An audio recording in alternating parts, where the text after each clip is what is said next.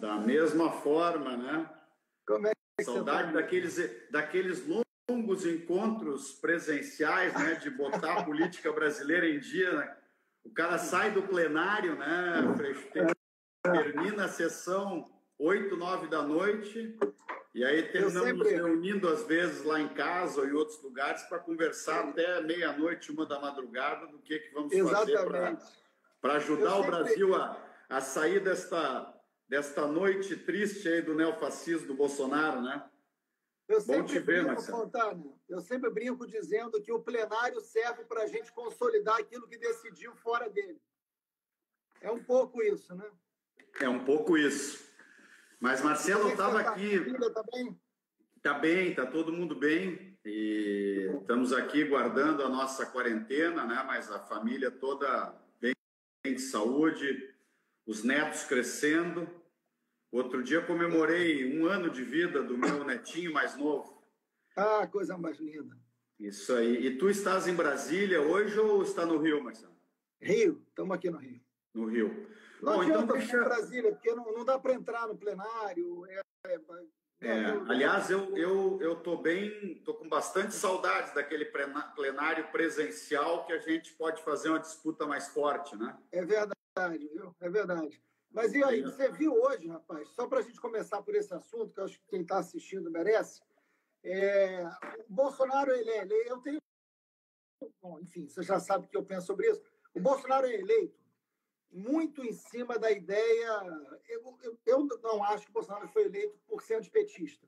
Tinham outros na fila com mais legitimidade do que ele para dizer que era antipetista. O Bolsonaro foi eleito por conseguir construir uma imagem da antipolítica. O cara que estava fora da política, o cara que fala bobagem, o cara que fala que nem o povo. Né? Então, assim... Contra o establishment, né? Não, exatamente, fora do sistema. Né? Como gostam de dizer, o Bolsonaro estava fora do sistema. E ele consegue, por mais que ele estivesse no sistema, há 30 anos, eleger os filhos no sistema. Eu acho que esse é um grande debate para a gente fazer sobre Bolsonaro e o sistema. Né? Porque ele é eleito a partir de uma ideia de que ele não é do sistema, e o pior, por ser eleito assim, Fontana, ele precisa governar assim. Se você parar para pensar no papel dos seus ministros, o papel dos ministros é criar crise. Por que ele manteve o asno do Van Traub esse tempo todo? Né? Para poder ir produzindo crises, porque ao produzir crise, o que é a Damares? O que é... Né? Então, assim, ele vai... E outra coisa interessante, né, hein, Marcelo? Eu só quero aproveitar, não precisa muito te apresentar para as pessoas, mas é que depois a minha assessoria de comunicação, ela me puxa a orelha, Marcelo. Pô, tu começou o bate-papo e nem fez a introdução, a apresentação. O pessoal organiza as coisas e nós ficamos esculhambando aqui a organização da turma, né? Então, deixa eu contar para os nossos internautas, né? Já deu para vocês verem pela arrancada do nosso bate-papo.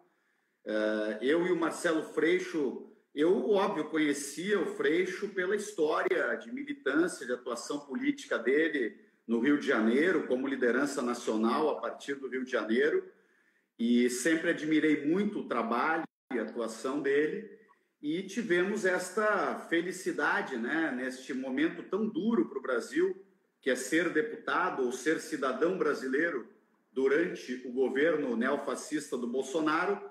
Mas uma das coisas boas deste mandato, das melhores coisas, foi a gente ter se encontrado em Brasília pessoalmente, passamos a partilhar, né, com frequência de conversas, análises políticas, conversas também, por óbvio, sobre a vida e os dilemas de vida real que todos nós temos, né, porque os líderes políticos, eu costumo dizer para as pessoas, são de carne e osso, como todos vocês estão aqui conosco, né? Tem os dramas com os filhos, com os netos, as coisas boas, tem as tristezas, as alegrias, mas o fato é que nos tornamos muito amigos, né? E hoje é uma grande alegria, em meio a esta pandemia e tantas lives e conversas sobre a política, o Brasil e o futuro, estar aqui batendo um papo com este historiador. O Freixo é professor de História, e eu quero confessar uma coisa que eu não tinha dito para ele ainda. Eu tenho um filho que fez História, e eu tenho aquele desejo meio guardado de lado. Eu tive a oportunidade que o povo brasileiro me deu, né, de fazer 2 cursos universitários, eu sou médico e fiz administração de empresas e pública, mas sempre tive vontade de fazer história, né? Porque eu acho que o curso de história ele dá uma visão assim, né, de mundo, de processo social fantástico para todos nós. Então, esta é mais uma das qualidades do Freixo, é professor de história. Ele foi deputado estadual durante diversos mandatos. Ele mesmo vai precisar, depois acho que foram 3, né, Marcelo? 3 mandatos. E presidiu a Comissão de Direitos Humanos da Assembleia Legislativa em torno de 10 anos. Ele presidiu a Comissão de Direitos Humanos. Exatamente. E enfrentou com muita força, né, a milícia do Rio de Janeiro, o crime organizado, presidiu, inclusive, que foi um momento marcante da trajetória política, da atuação política do Freixo, presidiu uma CPI para investigar as milícias, o tráfico de armas no Rio de Janeiro. Portanto, nós vamos conversar um pouco também sobre isso, não sobre aquele tempo da CPI, mas isso deu ao Freixo um conhecimento que vem de longa data do modus operandi da família Bolsonaro e a sua relação com a milícia, né? E ele foi candidato a prefeito do Rio de Janeiro 2 vezes, com votações extraordinárias, e do meu ponto de vista o Rio estaria bem melhor se ele fosse prefeito. Nesse papo a gente talvez entre ali adiante, vamos falar de frente, etc. Eu queria te sugerir bem isso, Marcelo, que tu começasse assim, por onde tu começou. A gente começou meio direto neste papo, né? Recapitulando, tu disseste muito bem, o Bolsonaro, ele se elegeu com este perfil fake, né, de anti-establishment, e aí eu também falo de cátedra, porque convivi com ele na Câmara Federal. Eu sou deputado pelo 6º mandato, portanto, sempre estive na Câmara no período todo em que ele foi deputado, e ali na Câmara ele sempre foi o que ele está sendo na presidência, né, Freixo? Ele era um criador de casos, um cara que vivia polarizando em cima daquelas posições de extrema-direita. Às vezes me parecia, inclusive, que fazia aquilo lá muito mais como um teatro, como uma convicção, né? Ele é bom nesse teatro, tanto que conseguiu convencer neste mau teatro, né? Porque o teatro é uma coisa muito boa e que nós todos gostamos e queremos voltar aí, né? Tão logo a gente saia da pandemia. Mas este teatro negativo, que ele é um baita especialista em fazer, de arrumar brigas que ele entra de propósito só para dar um resultado político, o fato é que ele chegou à presidência nesta conjunção, né, de circunstâncias, dentre elas esta criminalização da política como um todo, que foi muito construída dentro de uma lógica que queria retirar, né, a esquerda, o campo popular. E vamos falar também claramente o antipetismo, que sempre foi mais intenso pelo fato de que o PT estava no governo, né? Elegeu os 2 últimos presidentes, que, aliás, elegemos juntos em movimentos de segundo turno sempre, né? Com todos os partidos de esquerda contribuindo e muito para isso. E nós tínhamos, por óbvio, as críticas construtivas e positivas, né, de setores a limites do governo, mas o fato é que se engatou aquela lógica, né, de criar um ambiente muito intenso de criminalização da política e, portanto, se criou o espaço para que este falso anti-establishment virasse presidente. E ele governa assim agora. Isso está dando um prejuízo enorme ao Brasil, crise sanitária, vidas sendo perdidas, a economia aos frangalhos, não só por causa da pandemia, mas por conta, né, da maneira como ele está governando de forma totalmente anárquica. E eu queria te ouvir um pouco sobre isso. Como é que nós vamos ir construindo um movimento, seja da nossa aliança ampla, né, para retirar o Bolsonaro, e como nós vamos ir construindo este reencontro com parcela da opinião pública que foi induzida a erro e terminou optando pelo Bolsonaro, induzida, né, por este ambiente que levou a erros, e nós temos que recompor relações com estes setores e trazê-los para o campo da democracia. Vamos te ouvir um pouquinho sobre isso, Freixo. Vamos lá. Eu tenho falado muito sobre isso, Fontana. Eu acho que é importante e queria te agradecer muito ao convite. Eu cheguei nesse mandato, né, no ano passado, em Brasília, e já tinha você como uma referência muito forte de uma atuação parlamentar. Para mim, você é um dos maiores oradores daquela casa e é reconhecido assim por muita gente. E é um deputado muito sério, muito atuante. Você vem da área da saúde, você tem a sua formação, aliás, como médico de família, inclusive, se não me engano. E nesse momento é muito importante sempre te ouvir. Por isso que eu aceitei seu convite para a gente estar aqui conversando, pela sua experiência enorme, não só no Rio Grande do Sul, mas principalmente por tudo que você vem fazendo lá em Brasília. E obrigado pela acolhida. Chegar em Brasília no primeiro mandato não é simples, não é fácil, não. Não, e outra coisa que eu esqueci de contar aqui, né? Tu já chegou candidato a presidente da Câmara e com muita alegria eu estive ali no centro da tua candidatura. Não conseguimos se eleger, porque aquela Câmara... Não é fácil fazer maioria naquela Câmara para candidatos com esse perfil, mas foi uma honra para mim ter votado em ti para presidente da Câmara. Fizemos um barulho bom, né? Provocamos um bom debate, um bom debate, bom duelo. Mas aí, Fontana, assim, como é que eu conheço a família Bolsonaro de longa data? Infelizmente, eles brotaram do pântano aqui do Rio de Janeiro e chegaram à presidência da República, coisa que ninguém esperava, nem eles. Tem uma parte grande, sinceramente, o que vai derrubar o Bolsonaro não é o seu futuro, é o seu passado. O que vai derrubar o Bolsonaro, o que vai eliminar o futuro do Bolsonaro é o seu passado. Porque por nunca acreditar que fosse presidente, por sua eleição ser um acidente histórico, daqueles que você vive, né, a cada era no mundo, eles também não acreditavam. Então, essa coisa do Queiroz, depois a gente vai explicar sobre isso, essa coisa da rachadinha, do esquema,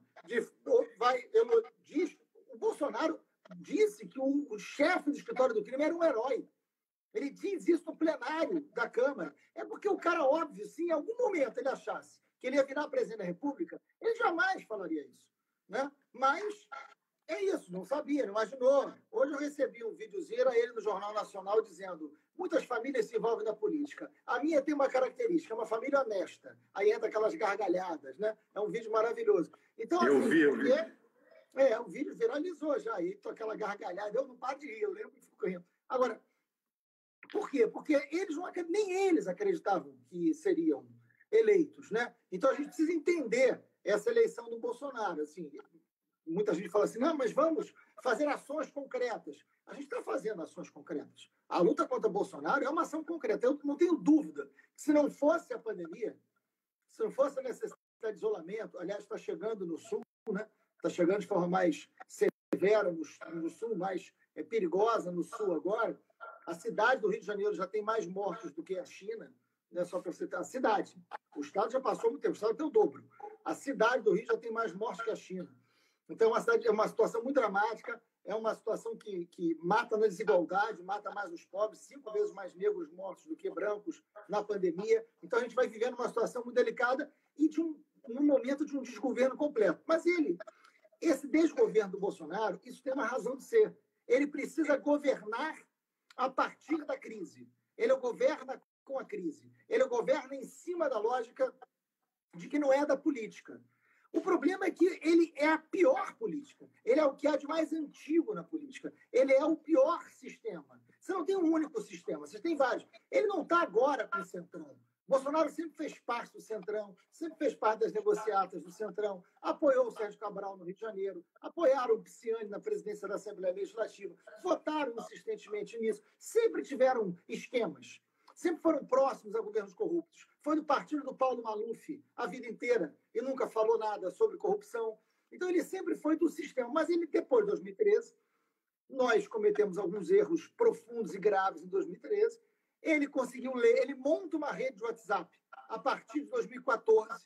Então, ele agiu antes da gente, ele teve uma visão antes da gente. Em 2014, ele começa a montar essa rede de WhatsApp de comunicação, e ele é bom nisso, né, nessa comunicação bandida, criminosa, mas ele é bom nisso. Ele vai se expandindo até que um grupo de estrategistas entende que aquele jeito tosco dele podia ser uma linguagem que adaptasse bem com a ideia da não política e de alguém que estava na política. E ele pega uma bandeira bandeira muito importante para isso, que é a bandeira da segurança pública. Outro erro da esquerda, outro erro nosso. Nós nunca fizemos um debate sobre segurança pública com a seriedade que deveríamos fazer. Bolsonaro dialoga com o medo das pessoas e dialoga com o cansaço das pessoas. Esses são os dois pilares do Bolsonaro. O medo e o cansaço. As pessoas estão cansadas da política. Ele vem dizendo, a política não serve para nada, é tudo bandido, eu que resolvo. E a segurança pública, que ele diz que resolve da pior maneira possível. O medo e o cansaço são os pilares dele. Então, ele precisa manter medo e ele precisa manter o povo cansado. Por isso que ele diz, olha, tem que fechar esse Congresso, porque ele sabe que as pessoas não gostam do Congresso e acham que o Congresso não serve para nada. Né? Eu acho que a gente, por exemplo, tem que rever a ideia de usar o termo fascista. Eu não tenho dúvida de que é fascista. Mas quem da população entende, a não ser os nossos de sempre, o que a gente está querendo dizer? Eu acho que tem 3 elementos, Fontana. Porque a gente não pode achar, somos 70%, ótimo. Não, ótimo cacete. 30% do lado de lá é muita coisa, Fontana. A gente não pode achar que 30% do lado de lá está bom, está legal. É muito. Não é possível, né, Frei? Só te interrompendo aqui, não é possível nós imaginarmos que 30% da população brasileira concorda com a metade das coisas que o Bolsonaro está fazendo contra a vida delas mesmas. As pessoas ainda estão, uma parte ainda está precisando descobrir os prejuízos que a forma como o Bolsonaro governa o país, ordem, elas podem servir para um momento ou outro, nós não temos, por óbvio, nada contra elas. Mas nós precisamos decodificar a nossa fala. Nós temos que voltar a conversar, por exemplo, com os brasileiros, e são milhões, que têm um forte apelo com a religiosidade, tem uma atividade importante da sua vida, que é a sua religiosidade. Nós temos que conversar com os profissionais da segurança pública e com a importância de uma política de segurança pública que olhe para o interesse da maioria da população e que, portanto, não caia neste terreno da milicianização da polícia, de uma polícia que atue, né, de forma inadequada.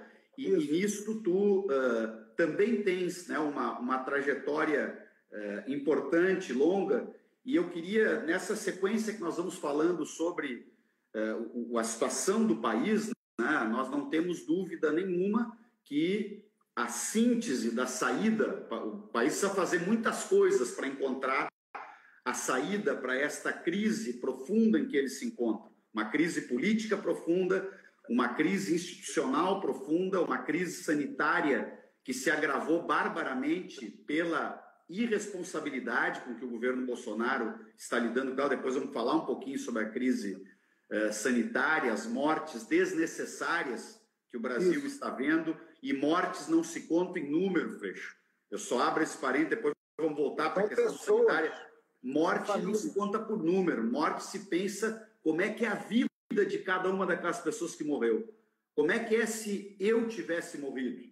Esta é a melhor maneira de olhar para essas 52 mil mortes. Como é que seria se o meu pai tivesse morrido?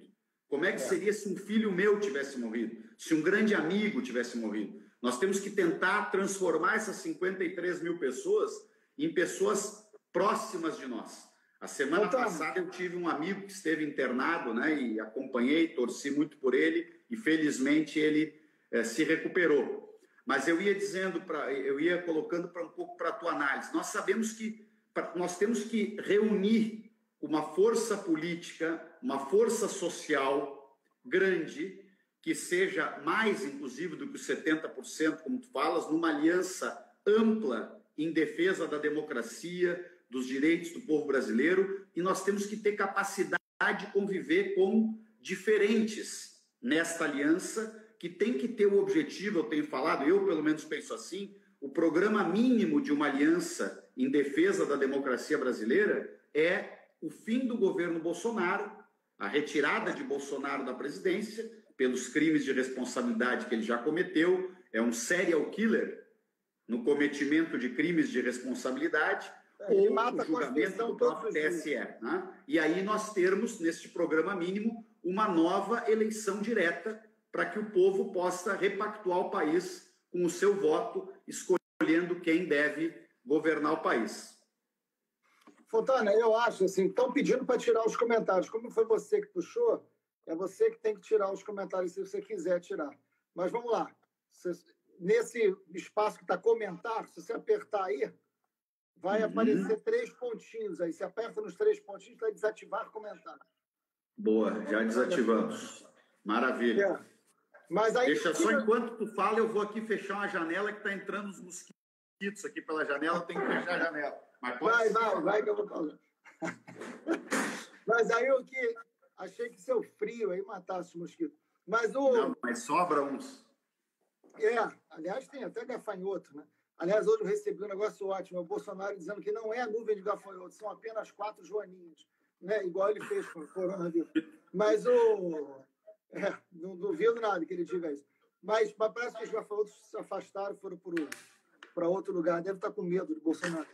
Tem 3 elementos, Fontana, que eu acho que a gente precisa colocar na pauta, na nossa fala, né? É claro que entre nós, nas reuniões, nos grupos, nos seguidores, você fala em fascismo.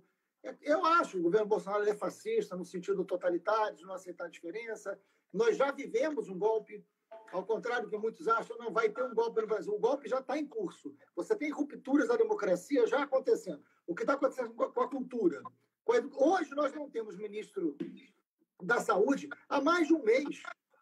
Hoje ele colocou um novo ministro da Educação. Pelo visto, não vai melhorar muito, né?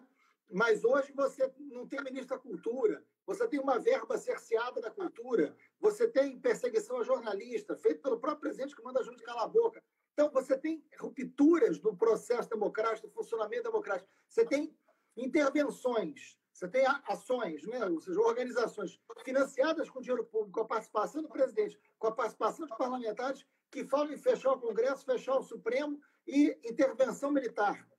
Então, você tem um processo violento, você tem entrega de armas e descontrole das munições e o presidente falando em guerra civil, né? Você tem o comandante da Força Nacional de Segurança provocando uma situação de milícia armada pública, denunciado por agentes da própria Força Nacional de Segurança como uma milícia particular de Bolsonaro. Tem uma denúncia na PGR sobre isso. Então, assim, é uma situação já de ruptura. Não é uma ruptura que vai acontecer, é uma ruptura que está em curso. E uma ruptura marcada pela ideia antissistêmica de Bolsonaro, que é fora da política. Mas qual seria a política de Bolsonaro? Qual seria a política de Bolsonaro? A política de Bolsonaro é um Estado totalitário. A política de Bolsonaro é a ruptura com as instituições. Então, nós precisamos fazer um debate com o conjunto. É claro que é bom ter 70% hoje contra Bolsonaro, mas isso não é suficiente. A gente tem que entender esses 30%. Bolsonaro tem que ser reduzido aos seus fiéis, a 10%.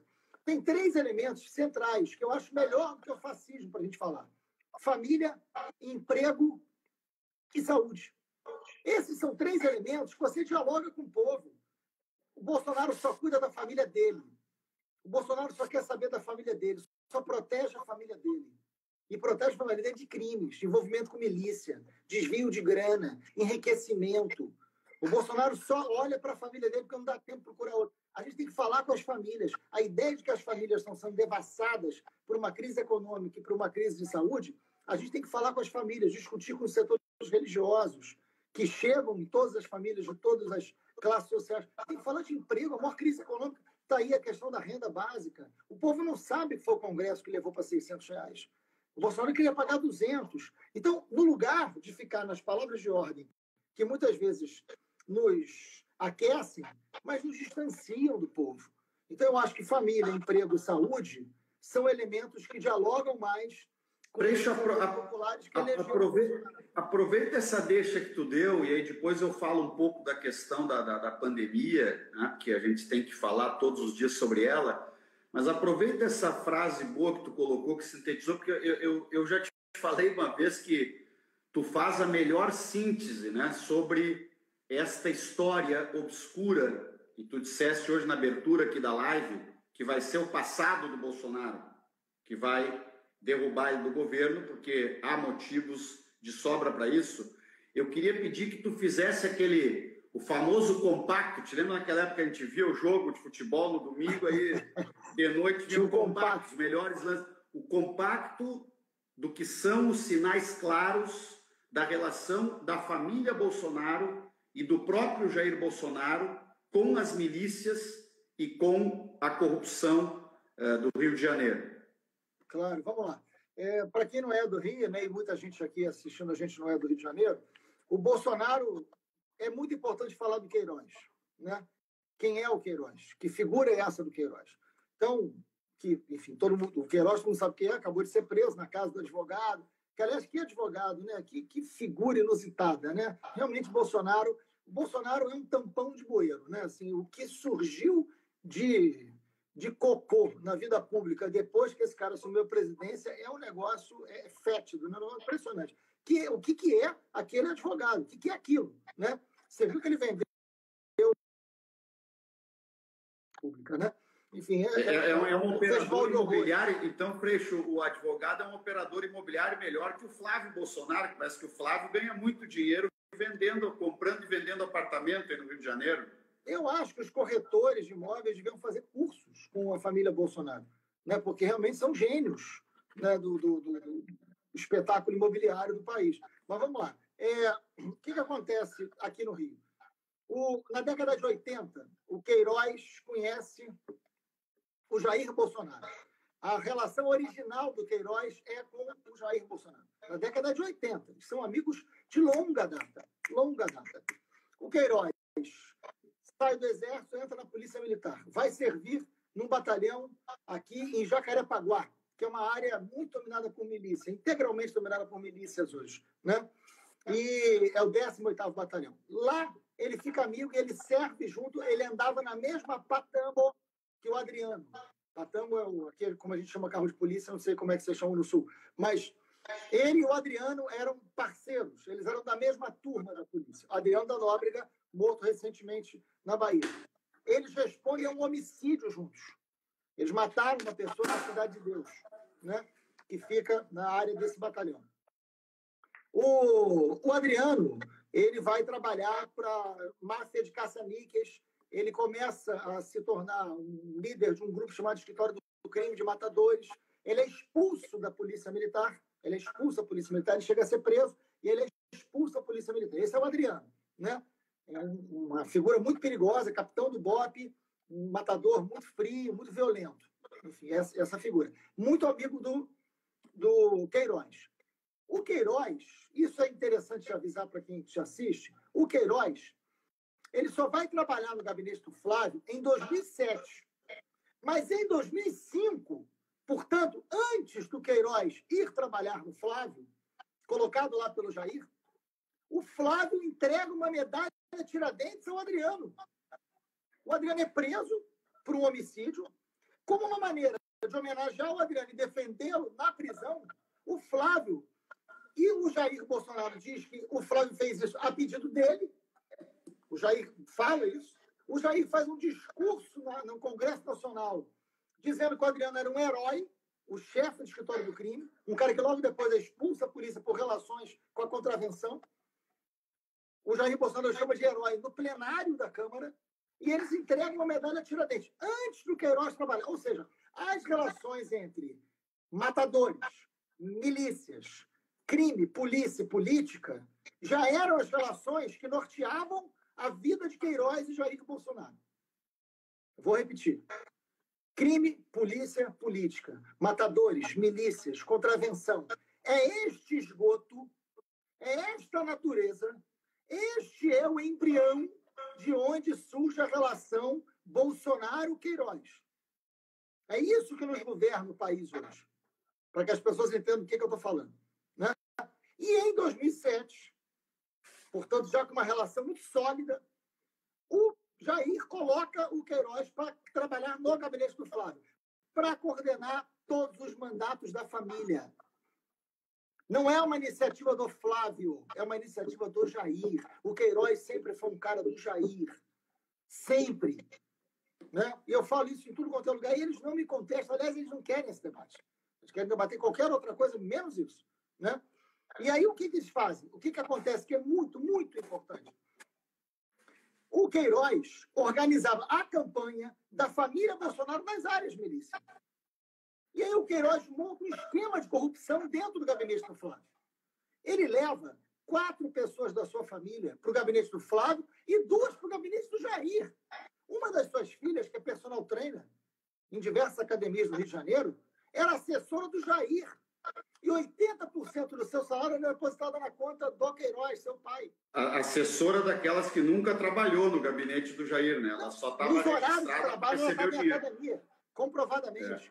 Então, assim, era um grande esquema de lavagem de dinheiro, de laranja, da família. Nunca foi algo só do Flávio.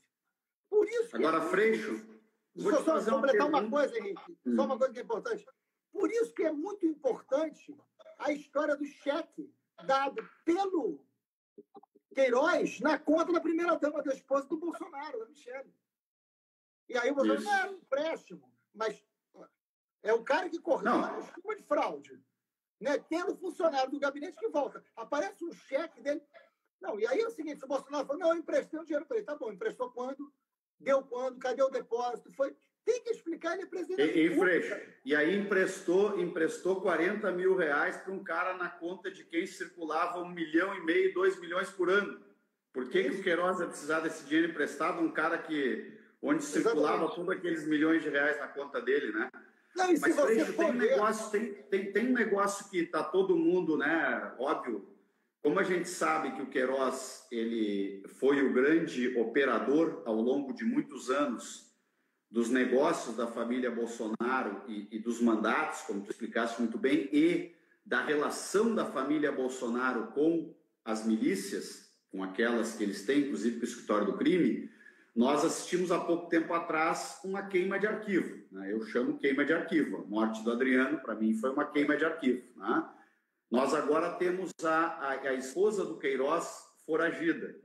Eu tenho dito, ela não vai estar assistindo esta live aqui, dificilmente algum conhecido dela vai estar assistindo, mas se alguém porventura estivesse assistindo, a minha sugestão para ela é a seguinte: te entregue e peça proteção do programa de proteção de testemunhas, porque ela pode ser morta a qualquer momento.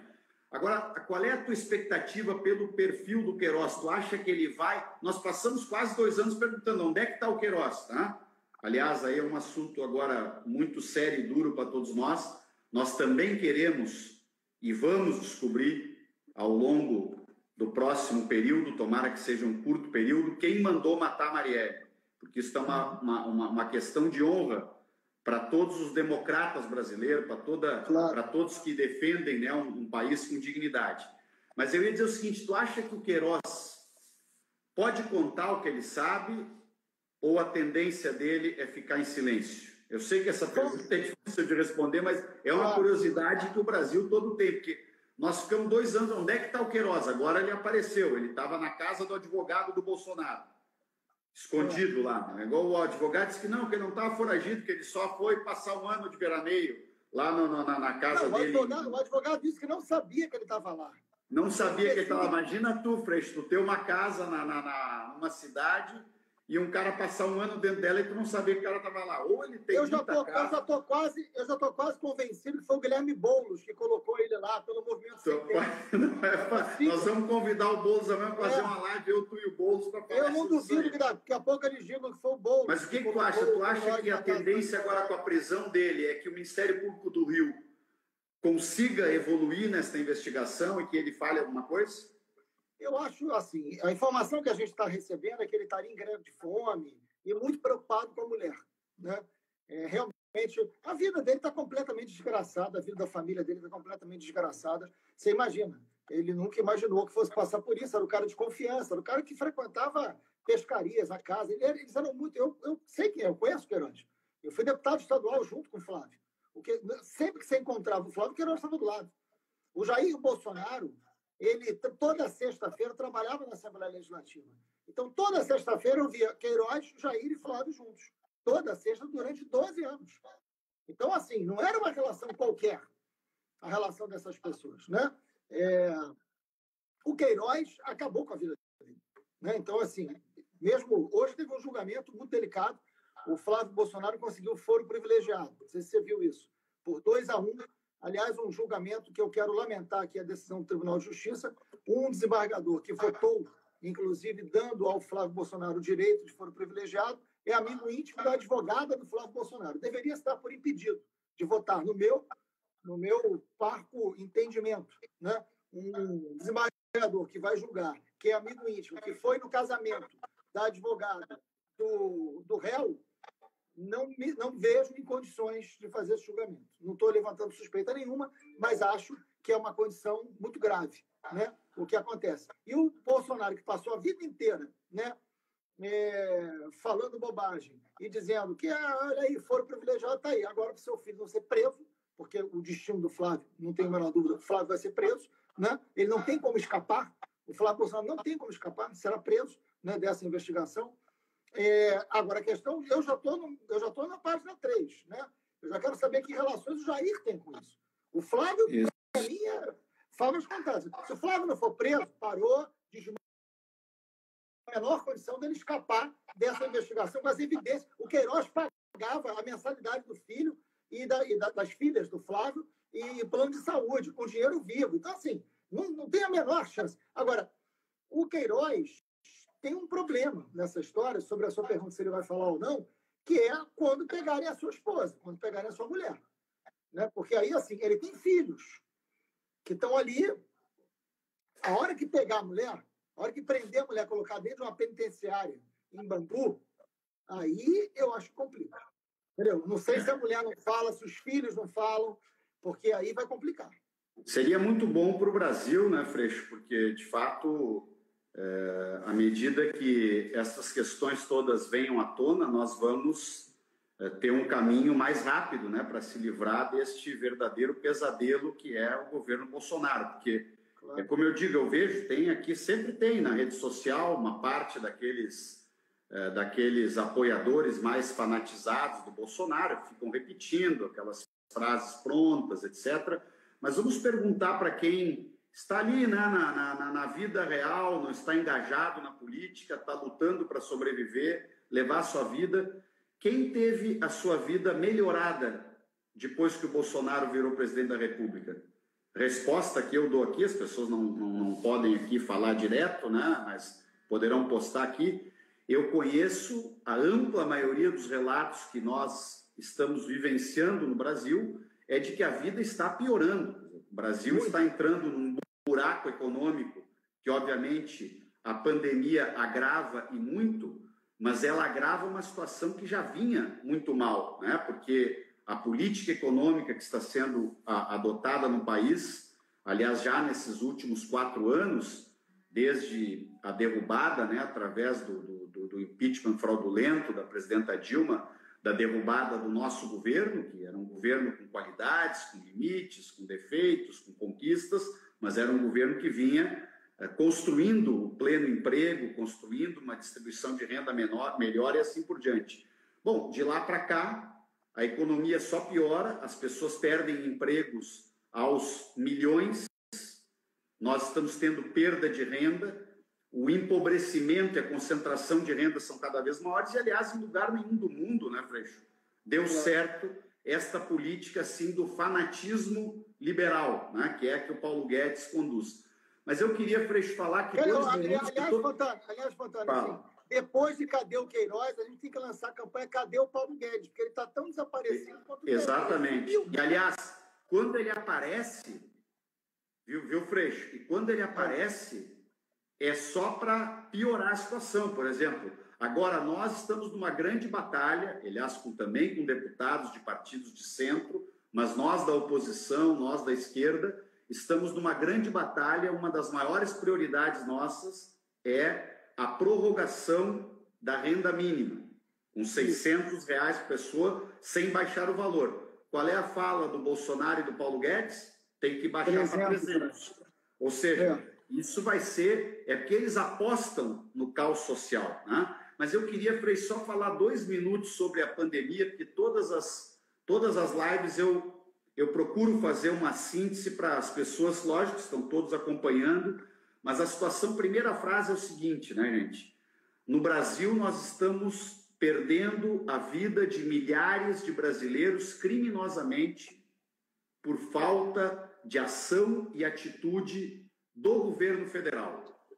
A negação da pandemia de coronavírus, que é liderada no país por Jair Bolsonaro, com diversas ações, seja a ostensiva presença nas ruas, sem máscara, dando o contra-exemplo das atitudes preventivas que teríamos que ter, seja a negação permanente, o boicote permanente, as políticas de isolamento social responsável, que é a única ferramenta eficaz contra o vírus para evitar uma expansão rápida e enorme da pandemia, seja a propaganda falsa e ilusória de um remédio que não funciona para curar a pandemia e que ele faz conscientemente esta propaganda para, com isto, boicotar o isolamento social, e seja o fato de que ele não tomou as atitudes econômicas que deveria ter tomado em tempo hábil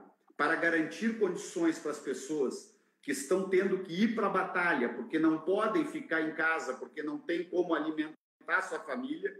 Então, o crime vem de todos os lados, né? Então, eu não tenho dúvida de que um dos grandes pilares do pedido de impeachment de Bolsonaro, dentre tantos crimes de responsabilidade que ele tem cometido, nós agimos em conjunto num deles, quando ele tentou e conseguiu finalmente, né, manipular, politizar, partidarizar, melhor dizendo, né? Quer dizer, o Bolsonaro trabalha para transformar a Polícia Federal numa polícia política, né? Numa polícia do Bolsonaro, para proteger amigos do Bolsonaro e para perseguir aqueles que pensam diferente do Bolsonaro. Então, este é um dos crimes de responsabilidade que ele cometeu. Claro. Aí não é nem eu e nem o Freixo que precisamos falar. Aí pode o próprio Moro, que é um grande amigo do Bolsonaro, depor sobre esta parte no pedido de CPI. Mas eu quero falar da parte de vidas, de saúde, porque tem diversos crimes de responsabilidade que o Bolsonaro está cometendo e que está gerando um genocídio onde, por óbvio, no Brasil nós iríamos perder milhares de vidas com a pandemia, infelizmente. Só que nós estamos perdendo 2 a 3 vezes mais vidas do que precisaríamos perder se as medidas tivessem sido tomadas. E, infelizmente, como ele continua com este boicote, como ele continua vendendo este falso dilema de que ou se abre mão do isolamento social ou não se terá melhoria na economia, o que é uma dicotomia sacana, não é burra, é burra não, é uma dicotomia sacana dele e dos seus apoiadores, que ele incentiva a disseminar isto.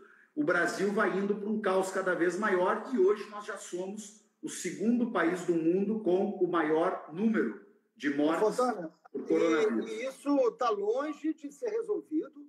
O mês de julho tende a ser um mês com um número muito grande de mortes, porque a gente sabe que essa pandemia chega de avião, chega nos aeroportos, chega a um determinado setor da sociedade, mas começa a interiorizar, começa a chegar na região sul, na sua região, começa a chegar nas áreas mais pobres, nas áreas com maior dificuldade de isolamento, nas áreas com maior dificuldade de comunicação, nas áreas com maior dificuldade de acesso a leitos, né? Então, a tendência, nós hoje passamos de 50 mil e os cálculos que se fazem é que a gente pode chegar com alguma facilidade a 100 mil brasileiros mortos, né? Então, será um genocídio. Rapidamente. A gente está com mais de 1.000 brasileiros mortos por dia. Então, assim, é uma situação dramática. Freixo, deixa... Você não tem uma referência. Mas as pessoas... O Brasil segue no voo cego, né? Porque não comprou os testes que deveria ter comprado. O Brasil, na verdade, teve a oportunidade histórica de saber 40 a 45 dias antes da chegada da pandemia no país, porque, por uma circunstância geográfica, a pandemia já estava muito evoluída na Europa, na China, em outros lugares, e o Brasil e as pessoas que acompanham este tema, que são da área, epidemiologistas, infectologistas, sabiam, e por óbvio o presidente sabia que a pandemia chegaria ao Brasil, e o governo brasileiro não tomou as medidas que deveria ter tomado durante esses 40 dias de tempo que teve. O Brasil deveria ter hoje 40, 50 milhões de testes aplicados, não aplicou, então nós estamos numa espécie de voo cego. Portanto, o meu pedido para vocês é o seguinte: todos que podem, permaneçam em casa na sua quarentena. Aqueles que têm trabalhos essenciais ou que estão no desespero econômico por conta da irresponsabilidade do governo Bolsonaro e precisam ir à rua, vão com máscara, cuidem para não entrar em aglomerações, mantenham a distância de 2, 3 metros, tomem todos os cuidados, porque o vírus é muito letal, é muito contagioso e não é a gripezinha do Bolsonaro. Agora eu vou ler aqui, Freixo, alguns comentários que vieram aqui para nós, e tem um deles que eu vou estacionar para colocar uma pergunta para ti, que depois eu também vou dar uma opinião sobre ela, né? Bom, primeiro, que veio já muita coisa, isso aqui é outra que eu vou contar aqui para todo mundo, ó. A minha assessoria de comunicação, a Juliana, a Priscila, o Ronaldão, eles me puxam a orelha, pô, Henrique, vai um monte de comentário e tudo, mas é que não dá tempo, gente, a gente fica um assunto puxa o outro e a gente vai conversando, então me desculpe as pessoas, mas algumas aqui eu vou colocar. A Eve de Lorenzo, ela diz, né, que Bolsonaro foi eleito por ignorância política daqueles que não se interessam por política, né? Eu acho que é mais complexo que isto, né? Mas o importante é que nós temos que acolher, viu, Eve?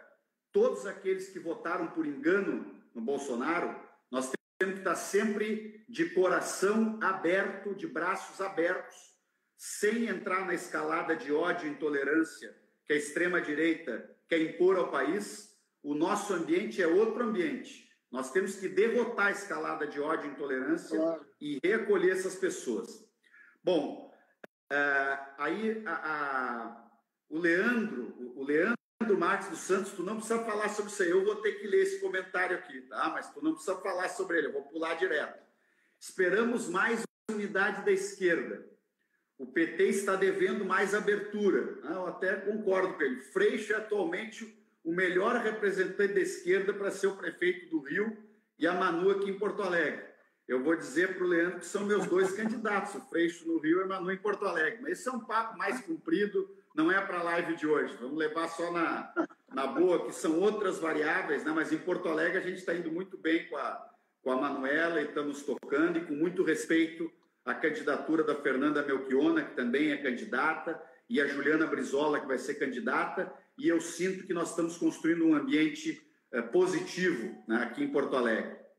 Bom, mas aí é o seguinte, ó, tem uma pergunta que mexe com a gente. A Elza Costa, ela diz o seguinte para nós dois, Freixo. Já sabemos dos problemas. Quais as ações concretas que a esquerda está construindo? Eu gostei dessa provocação dela, né? Nós estamos construindo muitas coisas, Elza, mas... E alguém também me pede para abordar a questão da água. Rosa e Inês Westphalen. Nós não vamos entrar na questão da água. Infelizmente, ontem, né, o Senado aprovou a privatização do setor de saneamento. Vai ser péssimo para o país. Nós podemos reverter quando tiver um novo governo, uma nova correlação de forças no Congresso Nacional, mas infelizmente, Rosa, o estrago momentaneamente está feito. Pode ser recuperado à frente. Então, nós vamos viver um período de aumento de tarifas, de perda de ilusões, esse papo de dizer que vai universalizar com a privatização, não é assim. Mas eu quero voltar para aquela pergunta, o que nós estamos fazendo? Primeiro, dizer para a nossa amiga Elza que nós precisamos compreender que a correlação de forças na política, ela existe. E uma derrota é uma derrota. E nós sofremos uma derrota. Nós sofremos um golpe e um processo depois de construção de toda uma circunstância política que eu e o Freixo não vamos aprofundar agora aqui por falta de tempo, levou à eleição de Bolsonaro e levou à eleição de um Congresso ainda mais conservador que o Congresso anterior. E isso tem muitos preços, dentre eles a privatização da área de saneamento, mas tem outros também muito duros como este, né? Então, nós estamos fazendo uma série de ações, como lutar pela renda mínima, como lutar pela cultura do país, e se não fosse a oposição, nós não teríamos descolado os 3 bilhões que a cultura está tendo acesso agora com os programas que serão montados em cima do que votamos. Nós estamos lutando para proteger empresas e empregos, proteger salários, mas nós somos em torno, na minha opinião, do que nós estamos fazendo, Elza, trabalhando muito para organizar uma ampla base social que se coloque com muita força na disputa nas redes e nas ruas, quando pudermos voltar às ruas, mas nas redes é muito importante disputar com verdade e disputar sem ódio, sem intolerância. É muito importante que nós consigamos chegar ao impeachment de Bolsonaro, ou o TSE termine, né, por julgar uma das ações que lá estão e casse a chapa Bolsonaro-Mourão. Mas se isto não ocorrer, na minha opinião, nós temos que trabalhar muito para criar as condições para o impeachment de Bolsonaro. Nós temos que trabalhar, por exemplo, para que a OAB se some aos pedidos de impeachment, que lá estão, eu e o Freixo somos signatários de um deles, os nossos partidos assinaram juntos, com diversos movimentos, mas estamos, porque crime de responsabilidade já tem, nós temos que criar a condição política, né, para montar esta frente que garanta o impeachment e novas eleições. Que uma outra pessoa perguntou aqui, Freixo, não, mas vai fazer o impeachment e vai ficar o Mourão. Não, o nosso programa mínimo é a aprovação da PEC 37, da qual eu sou o autor, junto com o deputado Paulo Teixeira, e o Freixo é um grande apoiador dela, que determina novas eleições em caso de impeachment do presidente, e construir esta frente política que possa levar ao impeachment. E, dentre tantas coisas, e eu vou deixar esta última palavra agora contigo, Freixo, que nós estamos caminhando, né, para o encerramento da nossa 1 hora aqui de Instagram, e o Instagram derruba a gente mesmo quando chega 1 hora. Então, nós temos que concluir em 1 hora, acho que a gente tem uns 4, 5 minutos. Eu queria que tu falasse um pouco sobre esse sentimento. Quais as saídas para o Brasil? Como é que nós vamos para esse impeachment? Como é que nós construímos uma frente ampla em defesa da democracia? Esses desafios de dar uma esperança para o nosso povo que não suporta mais viver sob o governo Bolsonaro. Vamos lá. Já te agradecendo, Fontana. É um prazer matar a saudade aqui de você, te ouvir falar e falar com o teu povo aqui. Mas dizer o seguinte, primeiro a Evelyn, né, que fala sobre o Bolsonaro ter sido eleito por uma ignorância política. Eu acho que não. Viu, Evelyn? De forma muito fraterna, eu discordo. Eu acho que Bolsonaro é eleito pelos acertos do Bolsonaro e pelos nossos erros, igualmente. Se nós acharmos que nós não erramos e que Bolsonaro foi eleito por alguma outra razão estratosférica, não nos ajuda isso. Bolsonaro é eleito pelos nossos erros e pelos acertos que ele teve a partir de 2013. A gente precisa acertar, já que ele está errando. Então, a gente tem que acertar. Acho que esse é um caminho importante. E acho que um dos acertos é no caminho que o Leandro fala, que é da unidade. Eu ainda gostaria muito de ver uma unidade no Rio e em Porto Alegre, né? Com as candidaturas mais competitivas, porque eu acho que se tem diferenças entre PT, PSB, PSOL, PDT, enfim, as diferenças são mínimas perto da nossa responsabilidade diante de enfrentar e derrotar um governo com tudo que representa Bolsonaro. Então, acho que não é a hora da gente olhar para o nosso quintal se tem um tufão atrás da gente arrancando as casas de cada um de nós. Já falei isso em vários momentos, falo isso com muita tranquilidade aqui. E a Elza toca no ponto mais importante, Elza. E aí eu acho que são 2 momentos. O que fazer concretamente. Primeiro que o que fazer não é só a esquerda que tem que fazer. A gente tem uma democracia sendo dilapidada, a gente tem uma democracia sendo solapada, uma democracia sendo atacada. O Bolsonaro é um serial killer da Constituição. Cada dia ele mata um artigo, né? Então, a gente precisa enfrentar isso, resgatar a Constituição, falar fundamentalmente de democracia com o povo, indo aquilo que está faltando ao povo. Economia, saúde, né? Emprego, vida, dignidade, transporte. A gente tem que conversar com o povo sobre aquilo que ele está entendendo que está faltando para ele. A saúde é, evidentemente, o primeiro ponto nesse caos que a gente está vivendo, porque as pessoas estão morrendo. Vamos chegar a 100 mil pessoas mortas. Agora, é um debate institucional também. Acho que o Congresso está concreto. O Congresso, quando aprova a renda mínima, é uma ação concreta. O Congresso, quando aprova o orçamento de guerra, é uma ação concreta. O Congresso, quando aprova a ajuda pequeno e médio empresário para não ter muito desemprego, é uma ajuda concreta. Isso é ação concreta. Agora, nós podemos ir para a rua no meio da pandemia? Não, não podemos. Eu vou ser contra quem está indo para a rua? Não, porque eu nunca vou ser contra quem luta por democracia. Agora, eu acho bom, nesse momento de pandemia, podemos ter 100 mil brasileiros mortos, a gente fazer aglomeração na rua? Não, não acho bom. Não acho bom, acho perigoso. Mas eu sou jovem, vou para a rua. Tá bom, você chega em casa e encontra com seu avô, com sua avó, com a sua mãe, e você pode levar alguém da sua família à morte, e eu não quero isso. De ninguém. A hora que a pandemia melhorar, não tem dúvida, vamos ter uma multidão, milhões e milhões de pessoas na rua e Bolsonaro vai cair. Agora, essa ação concreta na rua, agora, com a pandemia, não dá para fazer. Concretamente não dá para fazer. Agora, que outras ações nós podemos fazer? Aí acho que entra uma coisa fundamental. Dialogar com quem votou no Bolsonaro. Tem uma parte que é fiel, nós não vamos conseguir dialogar. Mas tem uma parte que já está arrependida. Se chamar ele de burro e de ignorante, isso não ajuda. A gente precisa entender o que ele fez e oferecer a ele algo diferente do que a gente fez até agora. Tem uma pesquisa da Esther Solano, eu vou te mandar essa pesquisa da Esther Solano. Está caindo. Então, boa. Henrique... Falta 1 minuto para nós. Ó, abraço eu acho grande, que tá aí, amigo. Abraço imenso. E, ó, parabéns pela sua luta contra a desigualdade, pela taxação das grandes fortunas. Você é um dos deputados que lidera e a gente tem que enfrentar a desigualdade. Esse é o caminho da unidade da esquerda. Enfrentar